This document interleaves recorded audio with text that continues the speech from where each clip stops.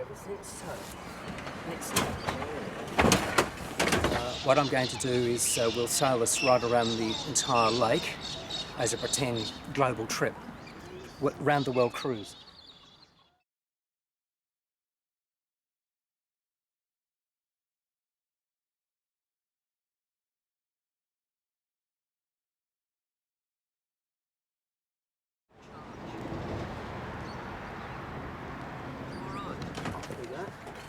Oars are taking the wake now.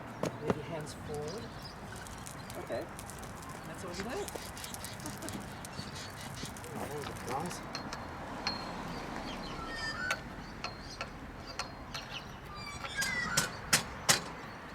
Oh. No, just this.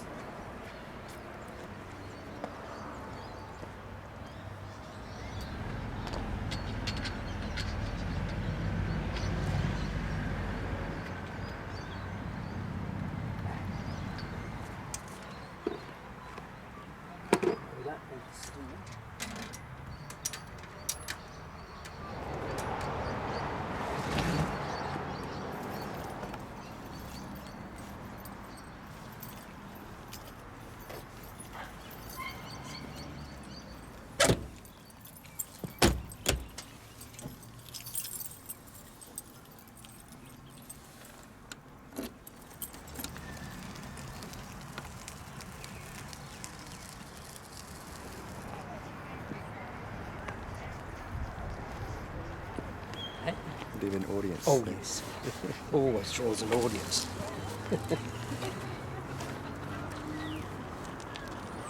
All right, now the first thing we're going to do now is get the blue buffer buoys, as they're called, or wharf buffers, which you'll see usually is black rubber buffers, say at Station Pier in Melbourne, where the liners or any of the big ships will go up to it.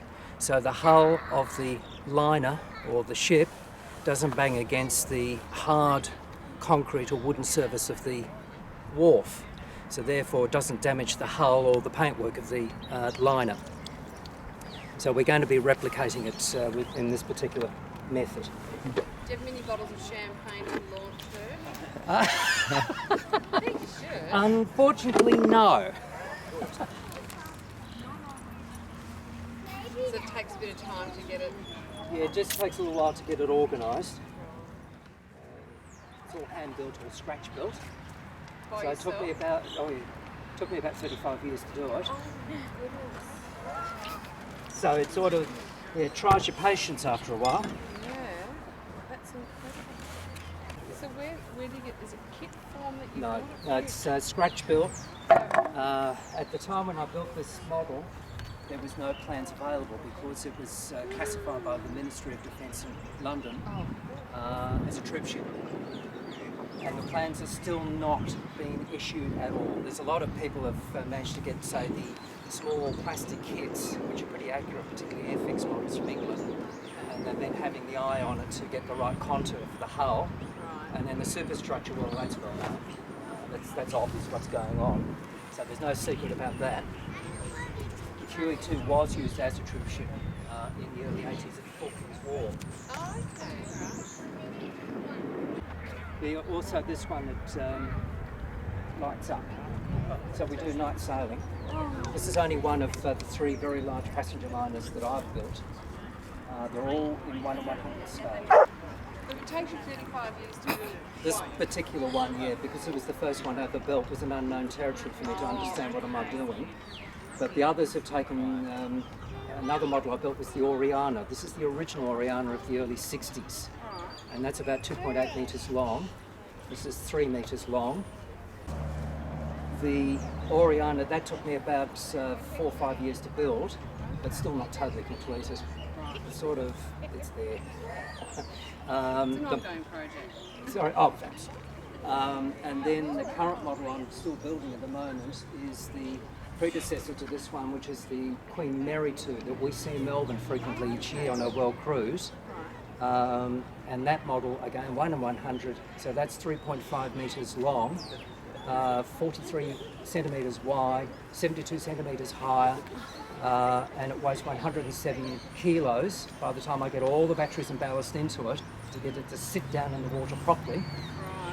And with that, that's got about 500 light globes on it. This is 350 light globes on it, and the Oriana's about 150 globes on it.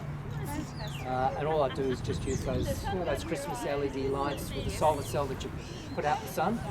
That's all I use. I just cut off the solar cell and just connect it to the electronics into this one.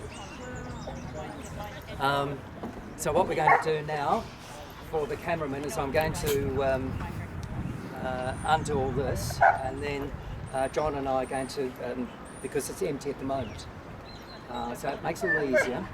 This was all balsa wood, which it's okay, but it's not a strong wood, but it's a hardwood, so it'll last, come back in 100 years, it'll still be around.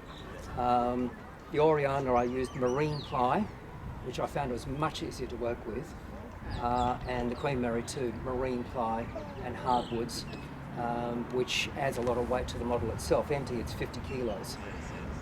But when you start adding the rest of it, we're now getting down to the real, what you call the pointy end of the situation.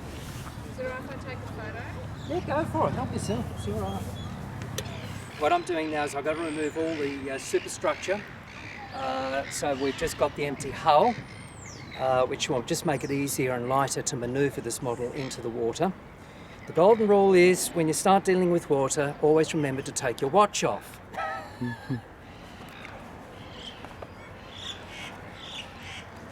And there's a sequential order of taking this off the superstructure.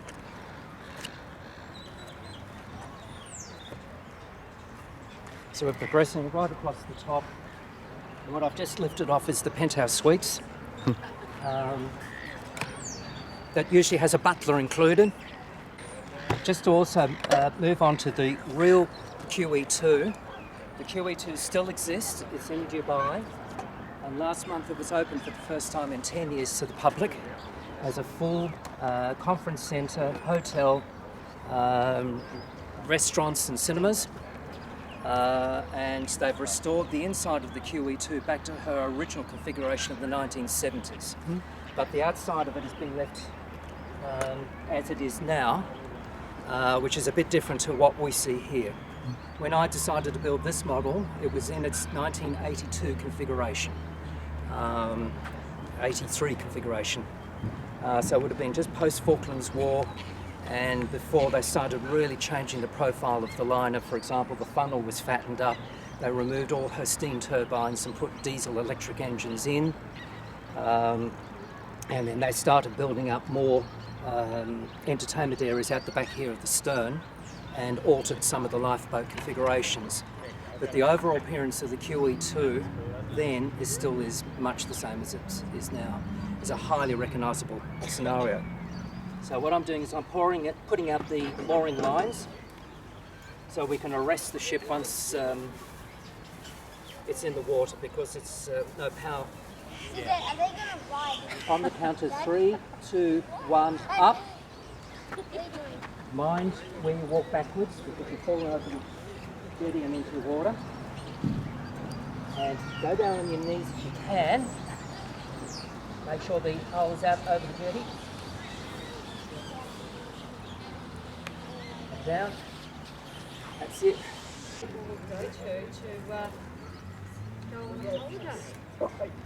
How long does this take from Struck? 35 years. Well, I guessed it right. Yeah. My friend did. Oh, look at the Queen. No, I said Queen Mary. I got it wrong. No, it's the QE2, which still exists, the QE2. So this isn't the first time in the water, is No, it? no. It's been in the water many times. Yeah.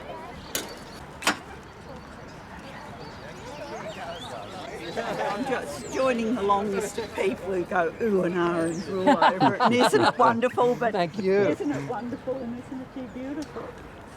We put the first of the batteries in. This model runs on 4 12-volt batteries. And that usually gives me about 6 to 7 hours of constant sailing if I wanted to.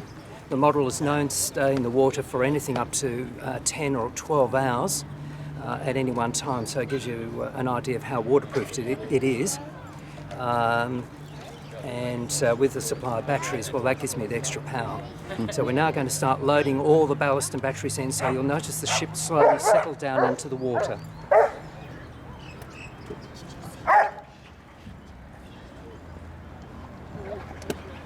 As you can see, as I put the ballast and batteries in, the hull will start to settle down even more to where we want. But what I've got to do is I've got to put the ballast in at different points around the liner so that it can settle down evenly. Don't put it all at one end because then you're going to strain the hull itself. And this is pretty much indicative of what you do on real ships. You ballast out the ships correctly so they don't destabilise the buoyancy of it.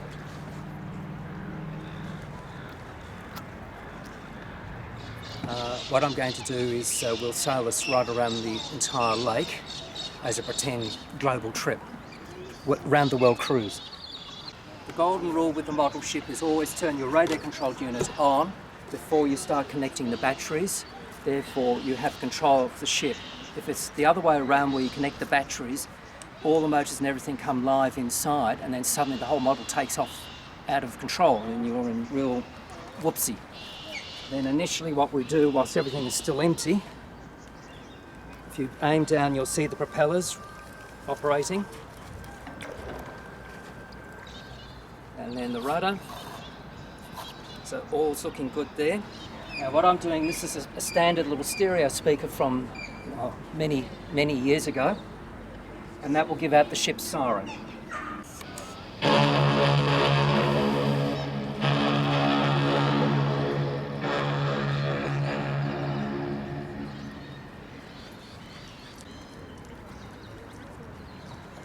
In sequential order.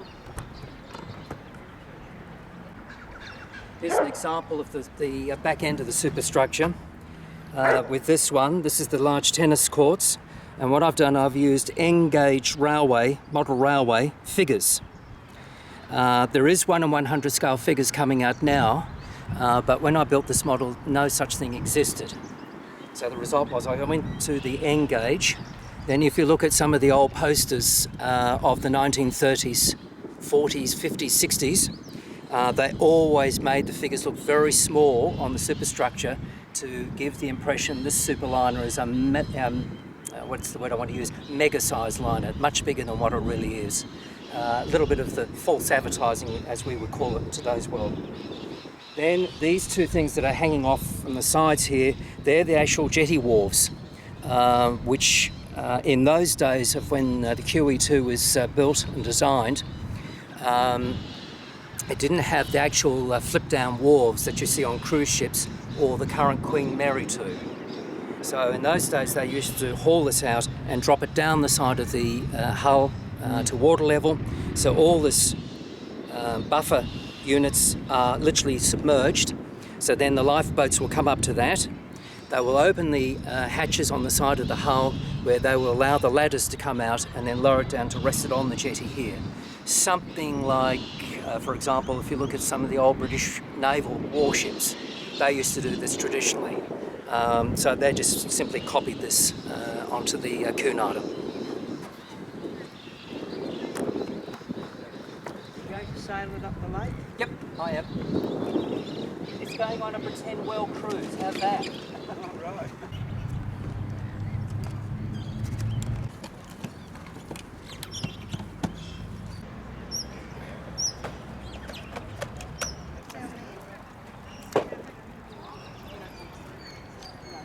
Goes a list. And Bluetooth connected. thank you. Try that. That's the ship's siren. That's reversing, that's 3 hoots. 3 hoots means the boat's reversing on. Right. 2 to the port, 1 to the right, 5 attention or stop. I know the 3, that's the ones Yep. I know. That's the common one that we Yeah. all hear. So how often does she come out for a run? Probably twice a year because there's a lot involved, as you would have observed. I've just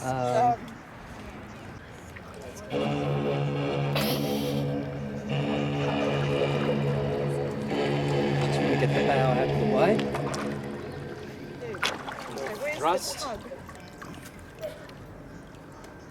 The lake's down a bit too, so you It wouldn't be is. that much lower, you wouldn't be able to get it in. Scrape the bottom.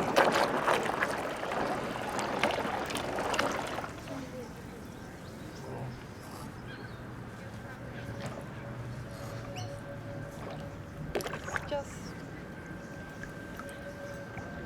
Off we go. Come on.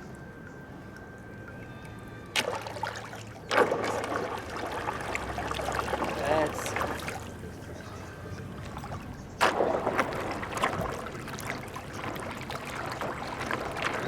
See, what I'm doing is I'm doing tank steering. So the rudder is inefficient at slow speed, so you use tank steering. One propeller goes forward, the other goes back. And that steers the liner, and off we go. I'll keep it down to a low speed.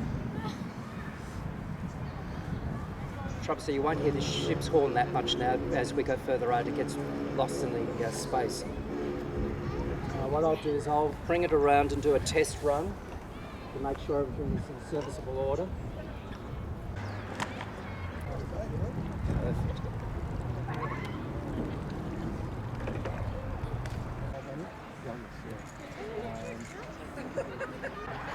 Okay, that's pretty much at full speed and scale at approximately 30 knots. I think the speed, this particular one was the fastest passenger liner in the world. Okay, approved.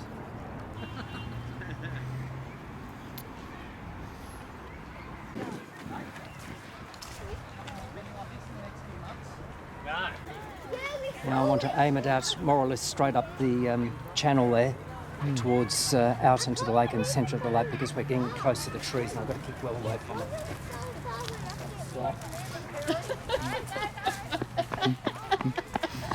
hello.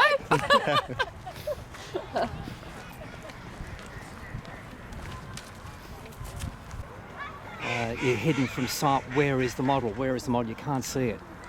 So the best thing to do is just sail it straight out to the central area of the lake where the white buoys are located, particularly the nearest one. So it's further away. And then we walk on to the next stage where I can just simply stop the model out in the middle there and not worry about it getting tangled up in the bushes. Always keep it down at cruise speed, which is not fast. As you can see on the RC unit, it's not that fast really. Which is what the real ship does if it's cruising around. I'd love the video to pilot off the boat. There you are. So how are you? How much was that? Sorry? How much was that? It's scratch built, and I think I've spent nearly $10,000 on it over a 35-year period to build it.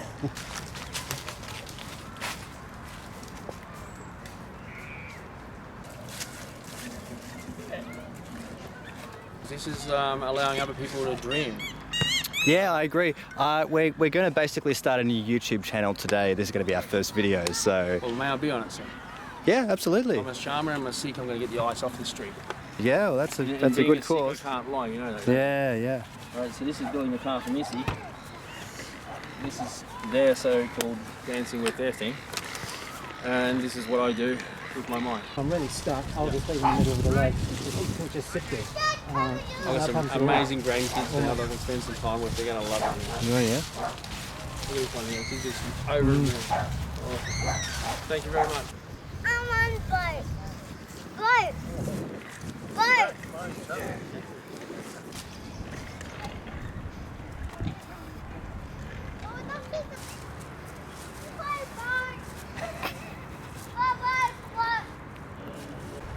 So I've got to stay in the middle to make sure I've got the deepest,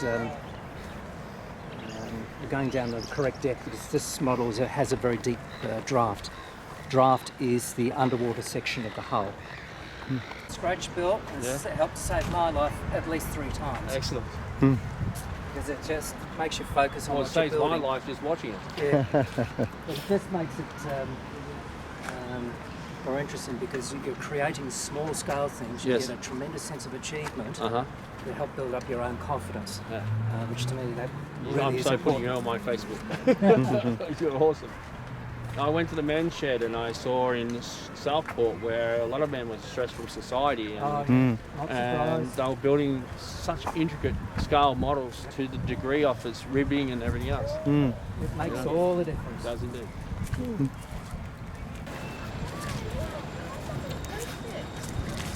Now you can see the model looking straight down the lake with the boys.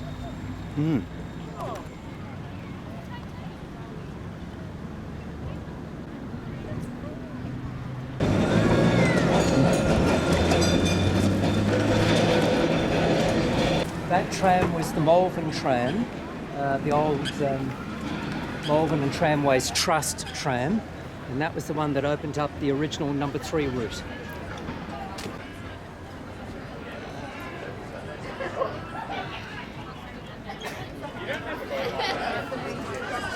Does it make a noise? Yep, ship's horn. Yeah. You can hear it. There it is. Yeah. It's very, it gets lost in the space. Yeah.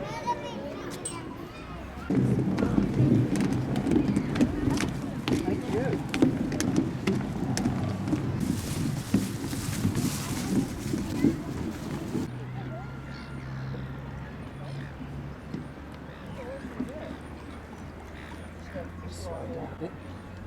I think we've collected a little bit of wheat at the top there. Is that on TV? No, just How big it is. Oh, the detail in it. How long did it take to make? About 30 years. Did you make it? Yeah, scratch bill. No kit, there's no kit at all at this stage. Is it heavy? At the moment it's about 80 kilos. Oh. With all the batteries and ballast on it. Is it meant to be a Titanic? No, it's the Queen Elizabeth II. We used to come into Melbourne once a year for many, many, many years. I've been on board the ship. Really? Now, is that the one that's moored at the moment? It's in, where is that at the moment? Dubai. Oh, Dubai, okay. Yeah, and it's been reopened about last month. For the first time in 10 years as a floating hotel, restaurant, etc. And they've pretty much left it as it was. Okay. So she's been put in the store.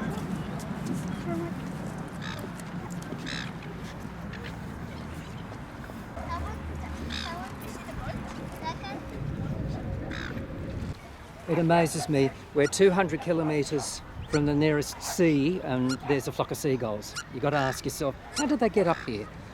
Most of my steering of this model is actually tank steering, not so much on the rudder. But as I said before, the rudder is not all that good. So I have to use the two propellers to work in opposites to steer the liner. But that is indicative of the real ship. The golden rule is with any ship or model is you don't go too fast when you're aiming for the shore, just in case the model or the real ship gets out of control and you have tragic consequences to go with it. Not too close. On the boat? Is that Titanic? Yeah, Titanic. No, Queen Elizabeth II. Oh, okay. Is that the maximum speed you can go, or? No, I can go much faster, Oh, okay. but it takes just a bit above scale speed. Yeah. Right. Down. Oh yeah. Do that again.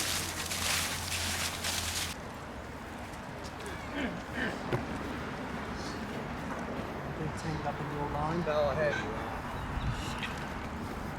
Oh yes. What's it a model of? QE2. All right. I'm going to just back right off and go right away from it. Thank you for your help. I'm sorry about that. That's all right.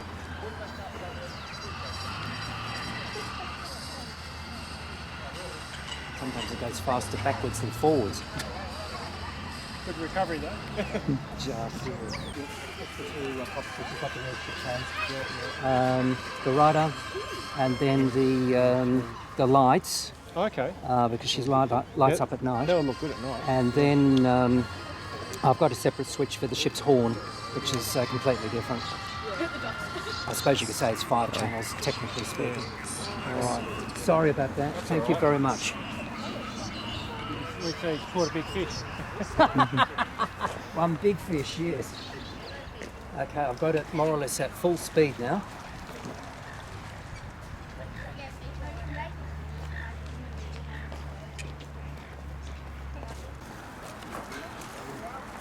Now what we'll do is we'll do a full 360-degree turn. See, now we're coming back closer to our home port. This is when you can afford to pick up speed because you've still got plenty of power in reserve with the batteries that you can pick up speed fairly quickly. One thing I've noticed, I didn't close the cargo hatch at the front end. It's still left wide open. If you zoom in, you'll see a cargo hatch wide open, which is a bit of a no-no when you're at sea. It's called the oops factor. Now I'll slow down again. Because we're going to be going near where the yacht racing, we have to just be careful we don't interfere with their racing. So I'll put on full reverse engines and bring the ship to a full stop and let her hold on geostation, and she'll just sit there. In the meantime, I've then got to go around and ask the guys here for permission to cut across in front of them down to the wharf and back out again. The whole time you've got to keep your eye on the model because the wind or the current underneath could drift the model very, very quickly and you're caught out with it. And that's the one thing you've just got to be very careful of. As you can see how it's slowly moving sideways towards the shoreline, and that's a dangerous position to get into. So I want to go into reverse.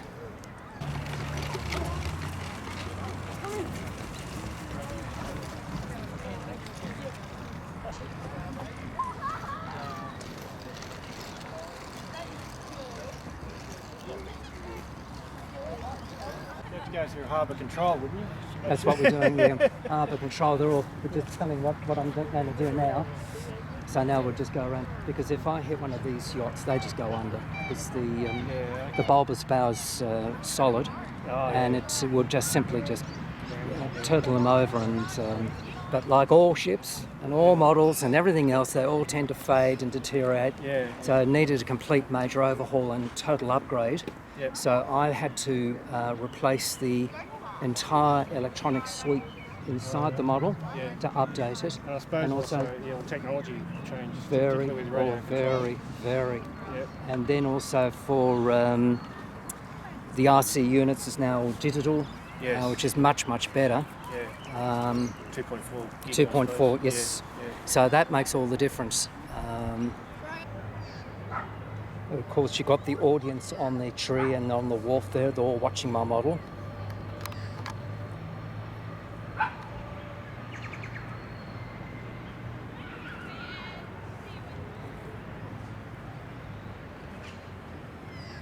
Full reverse engines. And this is where you've got to take your time in berthing the ship.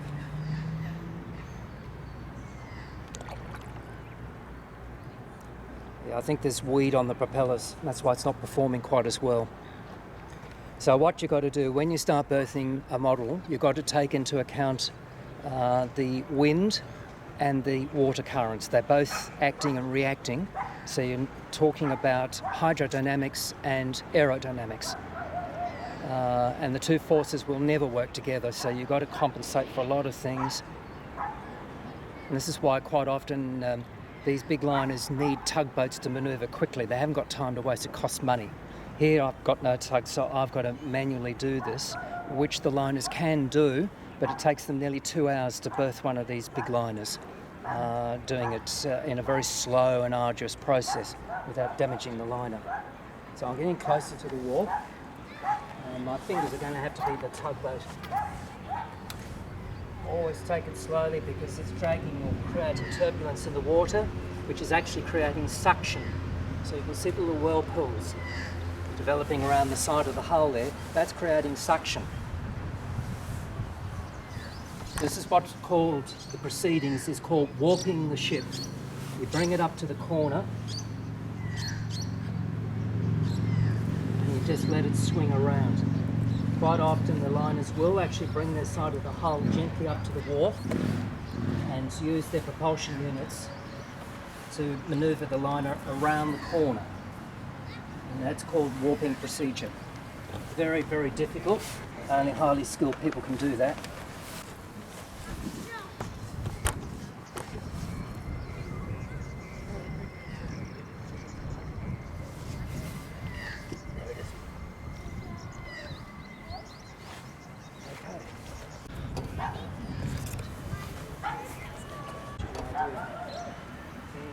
Set up and come around the back here, and then I get a 20-cent piece and draw out the pencil line of the curves at the top and the bottom, and then use a protractor to measure out exactly the separation in the sections that these windows are set out, and cut out every single window, every single piece. I'm just doing the Murray Princess at the moment. Oh, okay, yeah. It's got a lot of windows. A lot of windows, yeah. Now, this was the old methodology. What I've done nowadays, for example, the original Oriana, there's a whole stack of windows around the stern. And what I've done is I've put the uprights in firstly on clear celluloid or film stuff, like you see on the old shirt boxes. You put up the vertical uprights in the positions you want set out, and then overlay it with the top section and the bottom section, and there's your windows. And in technically speaking, when you look at the real windows, that's basically how it's done anyway. So that's the simplest way of doing it. With the portholes against the clear film, and I've used the leather punching, you know, to punch holes in your leather belt. I've used that on the for these ones, the largest aperture, and you just keep cutting away until you make up 1,000 portholes. And test your patience, and your muscles are screaming at the end of it, thinking this is painful stuff. You must be bored. Oh, terribly, terribly bored. Yes, but then look what you get when you finish it all. Absolutely, yeah. Keeps you at the pub. Absolutely. And then the hull was fiberglassed with resin, fiberglass resin. A, it's waterproof. B, it's easy to apply. That's the RC unit there. Well, I made up a mould for the hull. And I made a fiberglass hull. Okay, that's the best way of doing it. Yeah. See, this was built in the 70s when I was still fumbling through making model ships at the time. So am I now. So I'm just sort of, at that time, learning how to build models. And why it took 30 years, because there were no plans, really very little information available on the QE2 in its day. And then on the third time, when the QE2 was at Station Pier, and in those days we were allowed to walk along Station Pier, which you can never do now, and I went up and actually touched the side of the hull, and then I got the exact idea of the hull form. So for the third time I had to rebuild the hull to get it to the correct form, and then the superstructure I started to get a lot more detailing as years went by, because there's no secrecy about the upper works. Yeah, I'm trying to build this in photos mostly because... Well, that's all I've done. Yeah. It's the best form, really. Because you're going down the right path. We got onto Captain Cook cruises and all these people, and they sent me some information, but they were very reluctant to... Oh yeah, they're very, very sketchy, because the reason for this, and as bizarre as it may sound, is in a time of war, they can requisition any of these vessels as troop ships, and they don't want to give away too much. This is what happened with the QE2. No one would want to build Murray Princess twice, I'm sure of that. No. It's a horrible thing. So that's why there's a lot of secrecy, whether it's here in Australia or Oh, you can in understand it with this type of stuff. Which they did use the QE2 as a troop ship for the Falklands War in the early 80s. Yeah. Where they stripped down a lot of the back superstructure, was all cut away to put the army trucks and everything else, and put in a couple of helipads right at the very back where the pools are, and a helipad over the cargo hatch. In fact, I think it was forward the cargo hatch, and that's how they did it. They managed to get about 7,000 or 8,000 personnel on board the ship. And it's the same with the current Queen Mary too. There are no plans, but you can see she is built in a way that she can be turned into a troop ship within a week.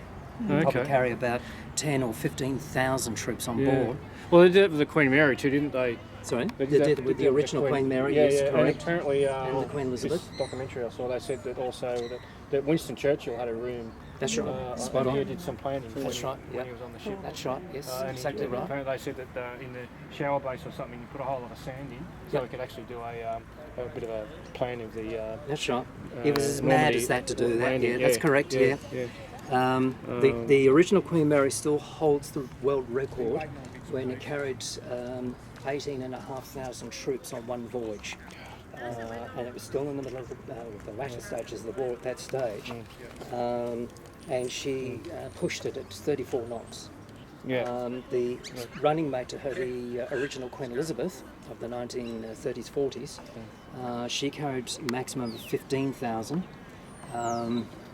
But she broke unofficially the speed record at that time and got up to 38 knots, which is well, the only other ship that had ever got near to that was the former passenger liner United States that broke the record across the Atlantic at 41 knots in 1954, I think it was, 55, and she still holds that record.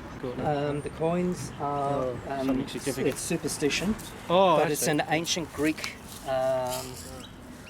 tradition which they do it on all real ships. Either place the coins at the keel of the liner just before it commences building, keel laying ceremonies they call it, and then once the ship is completed they'll lay a coin at the foot of the mast, and that brings good luck to the ship. In this case it's brought good luck to this model. It's as bizarre as it may sound, and I've used an Australian 5-cent piece. Is that a $2 coin? Yes. Yeah. Commemorative coin for something. That's right. Yeah, I think it was for the Olympics. For the Commonwealth Games. Yeah. Okay. It's interesting. There's a lot of superstition around shipping, isn't there? There was something else I saw. This fisherman, recent documentary. Now, and he won't. They don't go. He doesn't go fishing on a Friday. That's right. Something particularly like that. a Friday or a 13th. Yeah. They go out after midnight. They go out. So it's not a Friday. Yes, that's right. If you bring your camera around, you'll see two more coins right down on the keel, and they're £2 coins from England. Oh, so is it remote control? Yeah, it's radio control. Yeah. Oh, you're going to be doing it soon? I've just finished it. Oh, geez, sorry we missed it. No, that's all right. What we'll do, Oh no, we don't want to mess with your dates. Just if you're about to start it, we would have loved to have seen it. I think it's a trailer. I was just, that's the white trail you saw out there. That's it. Isn't And it that goes on the cradle fantastic? here behind me. Yeah. And then we just wheel the cradle into the trailer like an ambulance. Ambulance exercise. And it's a canard line, so it's a specific vessel that you've copied it off? Yes, it's the original, or the former QE2. QE2, yeah, She okay. still exists. And she's still in the United States in No, in Dubai. Oh, did they move it? Because wasn't she converted into a... Oh no, that's Queen Mary. That's right, the I original beg Queen yours. Mary, Sorry, Long you're Beach, right, California. yeah. And this one's in Dubai, which was just opened for the first time in 10 years last month. Oh God, I'd So love you to can go go on on board it. that. Be amazing. That doesn't sail now, is that right? Which one? It's like a floating hotel or a floating museum. QE2, that's just Yeah. It doesn't sail anymore, it's permanently moored, but Yeah. it still floats. Her engines are still in sound condition. Wow. I've never seen this. Is amazing. This is not the only big passenger liner I've built. This is all 1 in 100 scale. It's accurate. Sit. Sometimes you've got to talk to it to do as it's told. The tables and deck chairs and the lifeboats. Look at them. You can see on the tennis court, there's Andre Agassi and Oh, get out. Leighton Hewitt. Fabulous. I think it's a four, what do you call it? What do you call it? When you've got 4 people playing tennis? Doubles? Doubles, thank you. Doubles, Yeah. mate. So you went for particular characters. Oh, you've got to be authentic. That's extraordinary. Good for you. And the, I was going to say, the figures are actually N-gauge train sets figures. There is 1 in 100 scale, but it doesn't look quite right. Yeah. So I wanted to go for something smaller. Yes. And if you go onto the YouTubes or some of the websites of the famous posters that were made in the 1930s, 40s and 50s of these big luxury liners, Yes. look at the pictures. Massive great bow, big huge ship, tiny little Tiny figures. people. Yeah. Or the tugboats are tiny little squirts. But And they they want to sell make for the a- ship big, and it's, you know, Those posters sell for a bomb on the Antiques Oh. Roadshow, don't they? don't they ever? Exactly. Wow, that's fantastic. All right, we'll give it a little quick Oh, sail. Spence, we might get to see it. Come here, mate. How's that?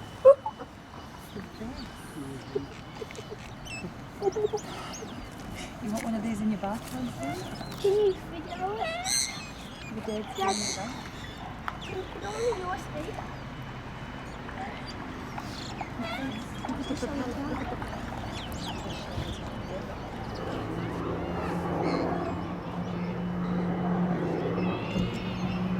It's got a good turning circle.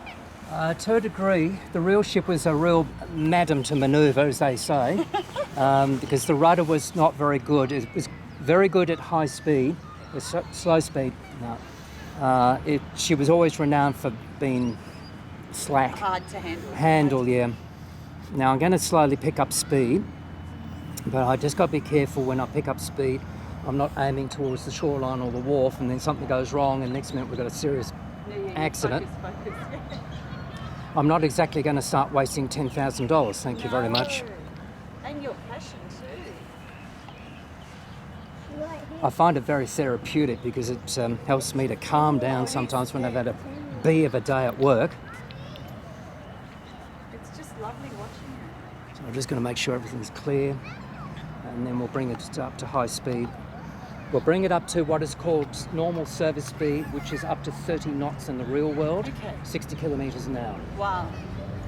And this is what she used to do on the Atlantic run, just push hard. Have a look, Spence. It's going to go as fast as it can now. Didn't one of the Cunard ships, when they were in the docks in Glasgow, moving it from the dock, get some damage on it before they completed it? Am I Yeah, imagining that's that? the original Queen Mary. The- she the grounded Queen Mary. underneath Okay, on the that's it. I remember seeing on the the doco, Clyde yeah. there, and that was a big Oh, news. look and at this. the Lloyd's Registrar. It's So a- that's her top it's as speed fast as as me a scale, That's or fantastic. at least as a model.